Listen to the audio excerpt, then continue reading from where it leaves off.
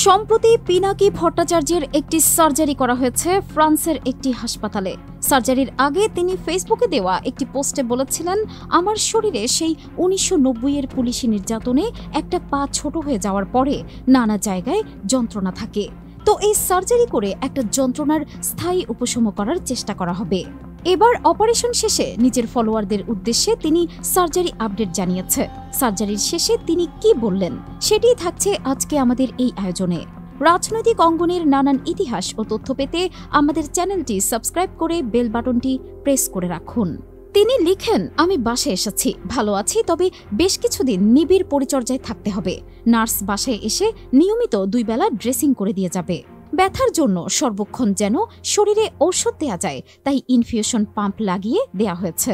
সারাক্ষণ একটা নির্দিষ্ট মাত্রায় পেনকিলার আর বমির ঔষধ ঢুকছে শরীরে। ডাক্তার বলেছে, সারাক্ষণ এভাবে ব্যথার ঔষধ না দিলে যন্ত্রণায় পাগল হয়ে যেতাম। অ্যান্টিবায়োটিক চলছে, মুখ বিস্বাদ হয়ে আছে এতগুলো ঔষধে। এভাবেই এই সপ্তাহ চলবে। আমার বিগ প্লেটলেট সিন্ড্রোম আছে, তাই রক্ত জমাট বাঁধার ক্ষমতা কম। রক্তপাত বন্ধ হতে চায় না, অনেকটা ডেঙ্গু রোগীর মতো। আমার প্লেটলেট কাউন্ট কম, গায়ে অল্পেই কালশিটে পড়ে। এইটা একটা জেনেটিক সমস্যা। সুনির্দিষ্ট কোনো চিকিৎসা নাই। সার্জারির সময় ভয় থাকে যদি রক্তপাত বন্ধ না হয়। ছোটবেলায় নাক দিয়ে রক্ত পড়তো প্রচুর। এখনও সার্জারি হলে রক্তপাত বন্ধ করাটা চ্যালেঞ্জ। এজন্যই নিবিড় পরিচর্যার দরকার হচ্ছে। সার্জারির ক্ষততে ড্রেন লাগানো আছে যেন রক্তপাত ভিতরে না জমে। এতে সুবিধাও আছে।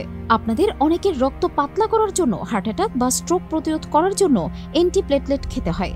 আমার এই ওষুধ খেতে হবে না হয়তো কখনো, কারণ আমার প্লেটলেটই পাতলা। খোদার দুনিয়ায় কেউ বঞ্চিত হয় না। আমাদের অঞ্চলে সিকেল সেল অ্যানিমিয়া বেশি হয়।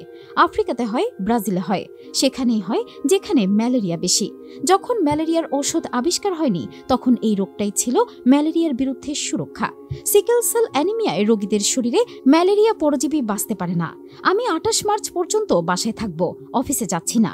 ভিডিও হয়তো কাল থেকে দিতে পারবো। 28 তারিখে ডাক্তার সিদ্ধান্ত নেবেন আমার বাসায় থাকার সময়টা আরো দীর্ঘ করবেন কিনা।